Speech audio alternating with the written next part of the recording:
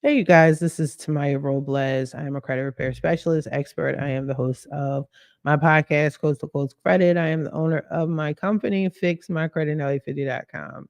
Welcome.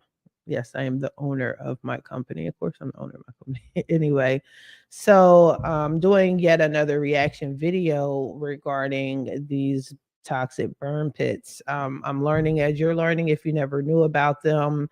This is crazy. This is bananas.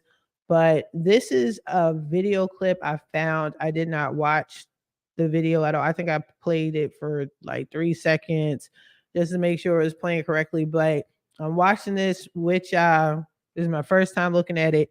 But this is from a veteran's perspective and his experience on it. So I found that to be pretty interesting. I wanted to check it out and share my reaction to it. So let me hit play. Let's get this going right now. Let me take it off mute so I can hear the. In our buried lead, that's what we call stories we feel are not getting enough attention. Today marks the first Veterans Day since President Biden ended the U.S. involvement in the war in Afghanistan. And this morning, again, this is an older video. This is about 2 years old. The White House announced new plans to help some veterans who have potentially been exposed to burn pits and other hazardous materials while serving in the armed forces and are suffering as a result. Throughout Iraq and Afghanistan, burn pits were used 24/7 to incinerate all sorts of waste: food, old uniforms, medical waste, ammunition, trucks, nuclear waste, human feces, the kind. So the video, I just did another reaction video and they didn't mention human feces. I don't know if they were just trying to be nice about it, but my client of mine, she's a vet, and she told me that in her oh my gosh, I forgot what you call in her troop. Is it, if I'm saying the wrong words, I apologize. But her troop had to specifically have burn pits for human feces, and she was around that, and it actually negatively impacted her. So this clip, they're saying it. That's good to know. Kinds of pits that were not allowed to be constructed in the United States. Now, President Biden has previously speculated that burn pits may have been responsible for his late son Beau's brain cancer, although he has noted that he can't prove it yet. Right now, the VA only recognizes some illnesses associated with burn pits, making benefits that much harder for veterans to attain. Brain cancer, we should note, is not among them. Today's action only expanded the list. During the time of this video, it was not. Now, due to the PACT Act, it is. Just so you know. Okay? Just so you know. But even if it's not, for example, there's so many other symptoms, so many other things, illnesses, cancers that you can claim, but brain cancer is one of them. To include some respiratory cancers and constrictive bronchiolitis. Let's discuss with Isaiah James. He's an Army veteran. He served twice in Iraq, once in Afghanistan. Wow. He's now a senior policy advisor for the Black Veterans Project and has talked quite a bit about burn pits. Thank you so much for joining us, sir. According to the Iraq and Afghanistan Veterans of America, 86% of post 9/11 veterans who served in Iraq or Afghanistan say they were exposed to burn pits. You were one of those service members. 86%. The military should be ashamed of themselves. The government should be ashamed of themselves. In fact, you worked on a burn pit. Explain to our audience what that was like and what you're experiencing now. Well, what it's like is you don't really understand what it's like. You're just doing what you're told. You're following orders. You're just burning everything. It's hot. It's dusty. It's disgusting. You know, my first deployment, we had to burn human feces, and my third deployment in Afghanistan, we lived in the mountains and everything was dirty, and we just burned everything. What I'm dealing with now are the repercussions and the ramifications of those actions. You know, I have respiratory issues. I have lung scarring. I'm on breathing treatments every single day just to be able to breathe. And I'm not an aberration. I'm millions of veterans across this country. So John Stewart, who's very active on this issue, he has a new podcast where he interviews you and he interviews your late friend, Staff Sergeant Wesley Black, a fellow burn pit victim and activist. He had colon cancer. He died just after the interview. I want to play a little bit of. Just so you know, colon cancer, anything related of or pertaining to, is covered under the PACT Act, y'all. about what Staff Sergeant Black said. I first started arguing about burn pit legislation, thinking that I wasn't going to make a difference. You know, I was just one single voice. That how much can a difference can one voice make? Right. And as I've continued down this path, now I'm thinking more of what legacy I'm leaving behind for my son, and what my son is going to think of me in 10, 12, 15, 25 years. I hope in some small way that my choosing to stand up for what is right will forever last in his mind of, you know, my dad was a good person. And we should note today's move, and look, it's a step in the right direction. They expanded the list of diseases, but it would not have helped Staff Sergeant Black. It does not cover colon cancer. What do you think of today's move? Today's move, like you said, was a step in the right direction, but quite frankly, Jake, it's a Band-Aid over a bullet wound. It's a placation move. There are some 40 to 50 different cancers and diseases linked to these same chemicals that our soldiers were exposed to during toxic burn pits. And I don't understand why, for the life of me, there's the hemming and hawing to try to get these things as presumptive I do. diseases. I have a whole opinion on why. I'll save it for another video. We're almost done with this one, but I'm just saying, if you think about it, you can figure it out.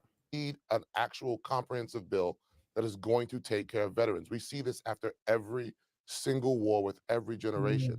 I applaud the Biden administration for taking the step in the right direction, but we need big, bold, transformational leadership on this issue. And this trash, this burn pits, it's been burning for 20 years.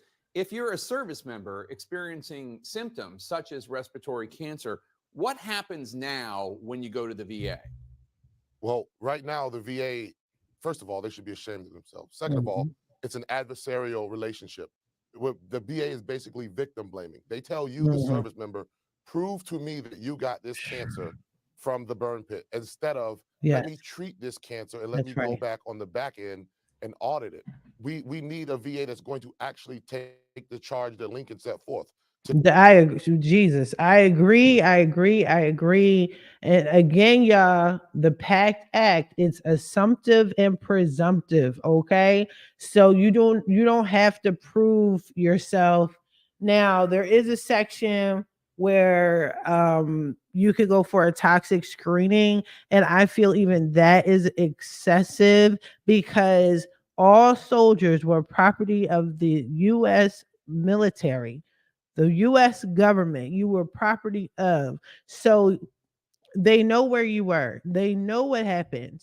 Like, this is so frustrating, and it's so disheartening and sad and so many other adjectives, but whatever. I digress. To care for him and her who have borne the brunts of battle. So right now, it's basically you're trying to pull crocodile teeth to get the VA to even recognize you have these diseases from the burn pits. Yeah. On top of all this, on this Veterans Day, we should acknowledge veterans continue to struggle with mental health concerns, quite understandably. But between your last two deployments, you were hospitalized in Germany for post-traumatic stress. Is the government doing enough to address mental health issues when it comes to veterans? Absolutely not. Absolutely not. Absolutely not. There's people that I've seen their file. I have personally gone into their va.gov personal account, and I've seen the disabilities they have claimed, and I've seen the ones that the government accepted and the ones that they have denied. They stay denying the mental medical issues. The PTSD I have seen denied. Okay, the sleep apnea seen denied. It's been denied. Okay. What makes you think this is not service related? It is. They know it is. But if they accept, this is what I'm thinking. If they accept everyone's PTSD claims, mental disability claims, then they got to pay everybody out. So they're filtering it out. But there's way too many PTSD. Everybody and their mama got some PTSD if they served. Okay. Some people get PTSD not even serving in a war, right? Not fighting in a war or whatever. and they have PTSD for other shit that's going on. Again, I got a client, sexual trauma, sexual abuse, PTSD. Cut it out. Service connected. If this was a movie, the government would be the villain. Disgusting. We spend Is hundreds the right of word. billions of dollars every year on the Mhm. weapons and the mechanisms of war. Yet we just forget the war fighters when they come home. 22 veterans a day are killing themselves. That is an absolute travesty in the richest nation on earth. The government, again, needs to have skin in the game. It's very easy for politicians to sit back, the ones who don't have to go, they're not from poor neighborhoods like I was, and then they use us as cannon fodder and political grandstanding to say they support the troops. Well, the troops are telling you we need help. We don't want to be treated better than everybody. We don't want to be treated worse. We just want what you promised us. We won in your name. You told us if we fought, you would take care of us. And now that bill has come due. With the withdrawal of U.S. troops from Afghanistan, there's been a renewed mental health crisis within the veteran community. Now that it's been a few months, what is your takeaway from how the U.S. pulled troops out of Afghanistan? There's never an easy way to end a 20-year conflict. I think we ended it 19 years too late. You know, after I was in Afghanistan, quite frankly, when we got Osama bin Laden, I was 60 miles away from the Pakistan border. I was in Maywand, Afghanistan. And I turned to my lieutenant and I asked him, I was like, sir, why are we still here if we got him? Yeah. You know, there's never a right way to end a war, but we had to end it. It was always going to be messy. It was always going to be bloody. You know, and quite frankly, those who have never been there and served, their opinions aren't really, warranted. I let the generals who are there on the ground tell me what we need to do, but we had to get out. We cannot keep falling for this same thing of trying to nation build around the world. It never ends well, as we can see. Yeah. Isaiah James, you honor us by being here on Veterans Day. Thank you so much for coming. Thank you so much for all the sacrifices you have made for the rest of us. For sure. Thank you. Keep up the fight. We're going to keep interviewing you and bringing this to the American people. Thank you so much for having me and for using your platform to elevate this issue. Excellent. Wow. It's so heavy. And I agree with him at the end. I mean, if you weren't part of the struggle, if you weren't in the service fighting, you don't really have anything to say. There's nothing for you to say.